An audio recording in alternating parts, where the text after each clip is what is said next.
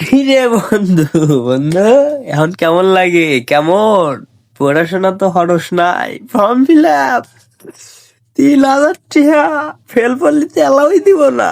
তো কলাম পড়ে পড়ে এলা পরীক্ষা দে, শুনলো না। তুই যদি এলা পড়লো আনি, তাও মনে হয় যে পরীক্ষাটা দিয়া পাশ করবে পারলো আনি।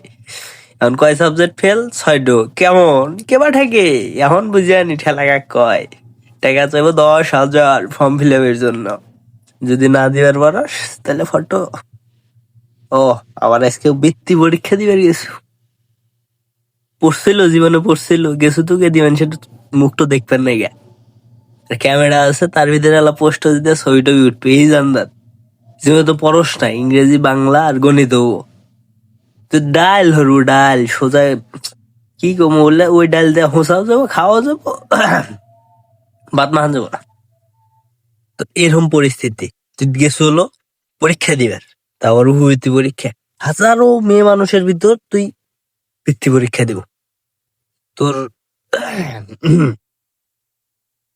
পড়াশোনা তো তুই জীবনে হরস নাই, কিন্তু তুই তারপরও কোন সাহস নিয়ে তুই গেছু। আর দেখ, আমি দিন রাতে সকালে দুপুরে পড়ি পড়ি, কিন্তু আমি সাহস পাই না বৃত্তি পরীক্ষা দিবার নাইগা। তুই এ পরিমাণ লজ্জা যে তুই গেদি মানুষের চেহারা দেখার নাইগা পরীক্ষা দিবার গেছো, বুঝেক তালে। আর যাই হোক, তোকে আর না দিই, পরীক্ষা দে ভালো এরা।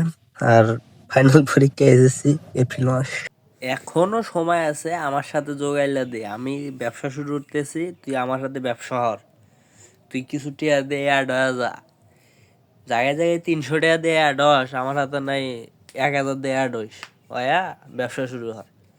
300 টাকার দাম নাই রে, অ্যাড হ, আমার হাতে অ্যাড হ।